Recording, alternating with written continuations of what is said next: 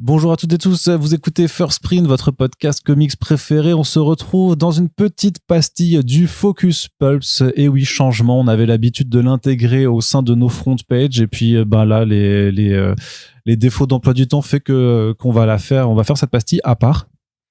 Et peut-être même qu'en fait, on va continuer de la faire à part, puisqu'il y a peut-être des gens qui ne savent pas que nos Focus Pulps sont cachés, entre guillemets, dans nos front pages, et peut-être qu'ils veulent juste entendre les recommandations, enfin les propositions de lecture de chaque mois, puisque en partenariat avec notre sponsor Pulps.fr, nous vous proposons chaque mois de découvrir des comics VO à prix de lancement, parce que lire des comics en VO, c'est un petit budget quand même, vu le prix des single issues, et que parfois, on a un petit peu peur de se lancer dans quelque chose, sachant qu'on ne sait pas si ça va être bien.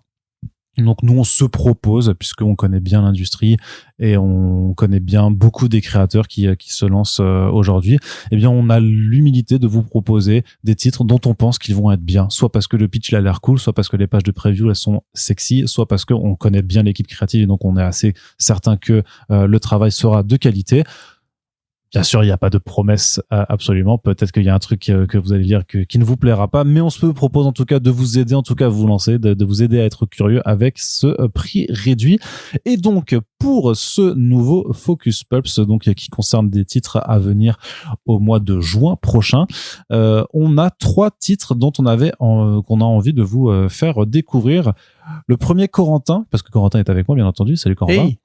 Ça s'appelle The Eye Collector. Oui. Un titre d'horreur cosmique, un petit peu, où la figure de l'œil est omniprésente et avec un style graphique vraiment très particulier qui, pour moi en tout cas, a été vraiment le facteur, un gros facteur décisif sur le fait de j'ai envie de lire ça et j'ai envie qu'on puisse essayer de le faire découvrir à d'autres.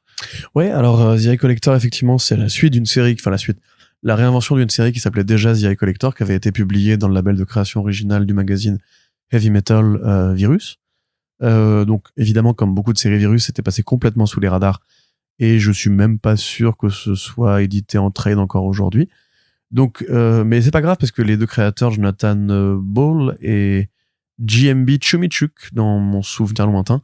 Attends, le truc c'est que on avait eu enfin, pas ce débat, mais cette réflexion la dernière fois qu'on en avait parlé dans le front page, puisque effectivement tu n'en citais 2, mais en fait il y a quand même un troisième qui est Lyndon Rachenka, et je pense que Jonathan Ball écrit, Lyndon Rachenka dessine, et JMB Chubichuk, c'est le studio qui doit s'occuper de la mise en couleur. Très bien, voilà. Mais ce sont les 3 créatifs. Donc ces personnes effectivement se sont inspirées d'une nouvelle, enfin d'un court récit d'un écrivain des États-Unis du XVIIIe siècle qui s'appelle E.T.A. Hoffman, une nouvelle qui s'appelle Le Sandman, qui est une sorte de récit passablement horrifique, assez onirique sur l'existence d'une sorte de monstre qui effectivement va venir hanter les cauchemars des enfants. Et en partant de ce principe, en agglomérant aussi beaucoup d'autres lectures, beaucoup d'autres inspirations, notamment à mon sens pas mal de Lovecraft et un peu de Neil Gaiman, a été recréée l'idée effectivement de une bête, un dieu cosmique, un sorcier des étoiles immortelles et très puissant et très carnassier, qui proposerait aux humains d'exaucer leurs souhaits en échange des yeux de leurs enfants. Voilà, il se nourrit, il collectionne, comme son nom l'indique, les yeux des enfants. Alors, je ne saurais que trop vous recommander, si vous pouvez la trouver, compliqué, mais de lire la première série, parce que justement, c'est pas un remake. La suite qui a été annoncée là avec cette nouvelle série The Eye Collector, c'est une autre version, une autre déclinaison de cette même histoire, dans laquelle ça se passe pendant le vol de Apollo 10, des astronautes observant la Terre de loin avant de pouvoir s'y poser, parce que c'est pas les astronautes de Apollo 10 qui se sont posés sur la Lune, vont formuler un souhait, quel qu'il soit, probablement de descendre sur le sol de l'astre, vont attirer, sans le vouloir effectivement, du fin fond de l'espace, cette créature aux milliers de paires d'yeux, qui va leur dire, si vous voulez les gars, moi je vous fais un petit contrat d'assurance, tu signes en bas, et t'auras ce que tu veux, par contre moi je vais aller sur Terre et je vais prendre les yeux de ton gosse. Et ensuite, adviendra à l'enfant ou aux astronautes de se débattre et d'essayer de contrer cette bête en question. Dans le premier volume, effectivement, là je suis pas forcément obligé de vous le spoiler, mais on nous explique qu'on peut quand même battre le Eye Collector. Et c'est évidemment, tout ça est très allégorique. C'est à la fois une sorte de Freddy des Griffes de la Nuit, puisque il intervient beaucoup dans le domaine du cauchemar. Et même, c'est très le pacte faustien aussi. Quand même, c'est très le pacte faustien, effectivement.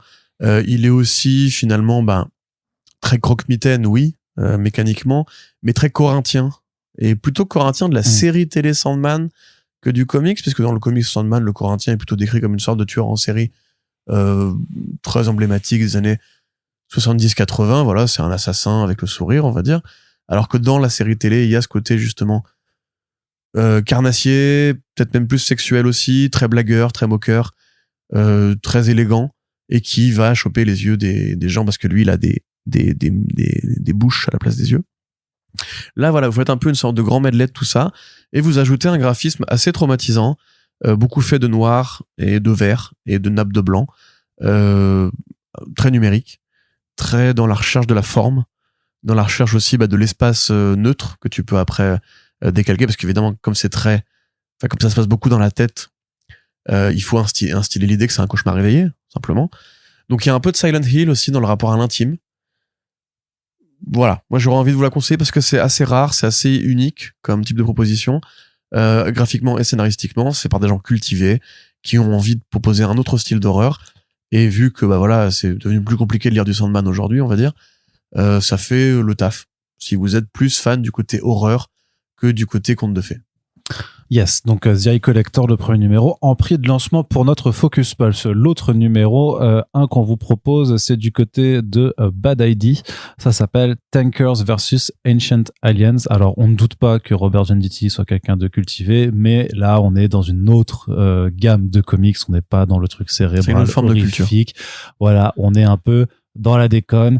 Il y a des trucs, parfois, moi je me pose et je me lis du Kundera, non, du Kundera? Non, je sais plus. C'est quoi, c'est du Kundera? C'est un philosophe à la con, je sais pas. Ah ouais, je sais pas. Enfin, je lis des trucs très intelligents, des fois, ça m'arrive. Et puis, il y a des fois où, en fait, je vais dehors, je sors des saucisses et je me fais un barbecue. Ah, même le bitume. Ah oui, c'est très con, là. En pagne avec un marteau en pierre. Voilà. Donc, Tankers vs Ancient Aliens, en fait, c'est un récit. Alors, c'est une suite à Tankers que vous avez pu découvrir peut-être en VF chez Bliss Edition, où qui part toujours d'un principe aussi génial que stupide, c'est les compagnies pétrolières dans le présent voient que les réserves de pétrole s'amenuisent, et donc plutôt que de chercher des alternatives énergétiques, envoient des soldats dans le passé pour empêcher l'astéroïde d'il y a 65 millions d'années de tuer les dinosaures. Parce que le principe c'est, si les dinosaures meurent plus tard, il y en aura plus, et donc ça fera plus de cadavres qui auront fossilisé et qui auront ensuite sédimenté pour faire du pétrole. Si je peux me permettre une réflexion, non. Non, mais ça marche pas comme ça. Non, ça ne marche pas comme ça, mais c'est pour ça que c'est des comics. Et donc, les Troopers vont dans le passé, et bien entendu, c'est le bordel, puisque il y a des dinosaures déjà, donc les dinosaures, de base, Jurassic Park nous l'a appris, tu peux pas faire grand chose non plus contre des dinos, et en plus, surtout, c'est que il y a tout un délire sur le fait que l'astéroïde, en fait, a déjà été dévié, donc en fait, il y a des super dinosaures, et donc dans Tankers vs Ancient Aliens, non seulement il y a des super dinosaures, les tankers sont coincés dans le passé, et en plus il y a des aliens. Bah, bien sûr. Voilà, il y a des anciens aliens qui sont présents sur Terre parce que eux, en fait, ils ont fui la propre destruction de leur propre monde, et ils veulent donc en gros détruire toute forme de vie sur la planète pour leur faire l'alliance. Ça me paraît normal. Donc voilà, et donc c'est complètement con, et c'est pour ça que c'est génial. Et surtout sur cette nouvelle aventure, on a Thomas Giorello et Trevor Hersin au dessin, qui sont deux des cadors de la période Valiant, sur laquelle on avait déjà Robert Venditti et tous ces gens-là qui sont venus en fait poursuivre l'aventure éditoriale de Bad ID quand Dinesh Chandazani et Warren Simons sont partis. Donc là, c'est toujours Dinesh qui est en poste. Voilà, donc du vrai gros divertissement, pas très finaux, il y a pas de souci, mais voilà, avec Giorello et Hersin, on sait qu'on va bien manger sur la partie graphique. Il y a des dinosaures, et normalement il y a une règle qui est que dès qu'il y a des dinosaures dans un comics, il faut le lire. Donc on ne pouvait pas non plus ne pas vous proposer. C'est moi qui ai écrit cette règle. Oui, c'est toi. Voilà, donc Tankers versus Ancient Aliens. Je sais pas si tu veux rajouter quelque chose de plus sur le choix. Je crois que après c'est bien, tu vois, il y avait Cowboys contre Aliens, maintenant il y a Dino contre Aliens. Du coup, il manque que les cowboys, et on sera pas mal. C'est ça. Donc ça, c'est Tankers versus Ancient Aliens, le premier numéro. En plus, une petite mini-série, ce sera en 3 ou 4 numéros, donc c'est un petit investissement aussi, pas bien long. Et du reste, pour le dernier titre, Corentin, je reviens à toi avec Supergirl Survive, donc qui est une nouvelle entrée dans les Elseworlds de DC Comics, donc ces récits qui s'éloignent du canon pour proposer une autre version du récit habituel que l'on connaît. Et donc là, on s'intéresse notamment à, le titre le dit, à Kara Zor-El, donc Supergirl, qui fuit Krypton avec Kal-El cette fois-ci. C'est ça, et ça va être l'originalité principale de cette version des faits.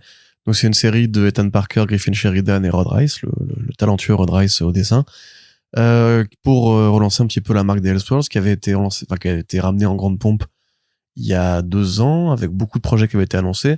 Tous ne sont pas sortis d'ailleurs. Le Batman the Barbarian de Greg Smallwood est encore coincé là. Si tu me croises dans la rue, Greg, cours parce que je vais te défoncer.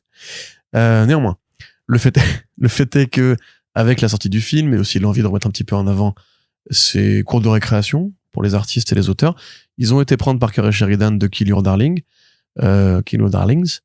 et de Marvel Zombies, qui est sorti récemment chez Panini Comics, pour effectivement relire les origines de Kara, qui traditionnellement dans le canon part un tout petit peu après Kal-El ou un tout petit peu avant selon la version, mais contrairement à Kal-El qui va avoir le temps de grandir sur Terre, Kara, elle traverse une sorte de trou noir qui fait qu'elle arrive au moment où son cousin est déjà devenu adulte.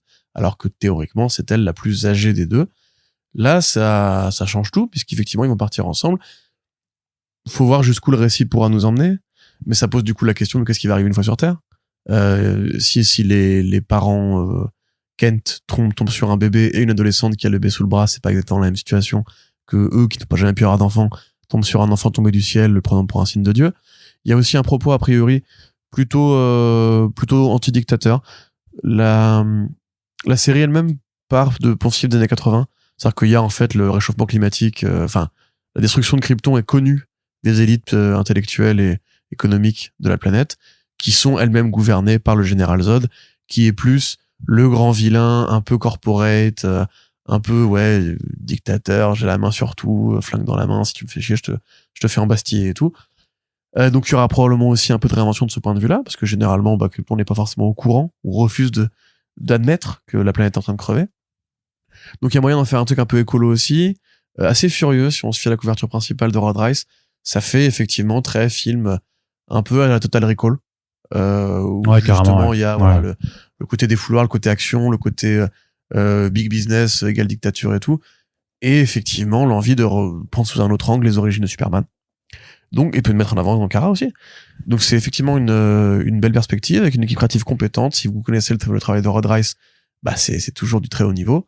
C'est rare de le voir chez DC, en plus, j'ai l'impression. Oui, il était il était quasiment que chez Marvel ces dernières années, donc c'est d'autant plus plaisant de le voir arriver là. Puis là, c'est un vrai transfuge, parce que pareil, Parker et Sheridan, qui avaient été embauchés pour faire Marvel Zombies, ont re-signé dans la foulée pour un autre projet chez Marvel. Donc, il y a une petite envie, pareil, de pousser cette espèce de duo un peu à la Colin Kelly Jackson Lansing à une époque, qui peut-être donnera de très bonnes choses dans le futur. Donc il faut surveiller ça pendant que les pousses sont encore fraîches. Voilà, et donc c'est ce qu'on vous propose de faire avec ce prix de lancement pour Supergirl Survive. Donc voilà, c'est l'essentiel de notre Focus Pulps pour avril 2026. Donc The Eye Collector, Tankers vs Ancient Aliens et Supergirl Survive. Les liens pour commander les numéros sur le site de Pulps sont dans la description de ce podcast, donc n'hésitez pas à le faire si l'une de ces propositions vous intéresse. Et vous pouvez également partager ce podcast pour faire découvrir cette sélection et en faire en profiter le maximum de monde possible. Ah oui. Merci à toutes et tous de nous écouter, puis on se retrouve le mois prochain pour le prochain Focus Pulps aussi. Voilà, tout à fait. Voilà, bonne lecture.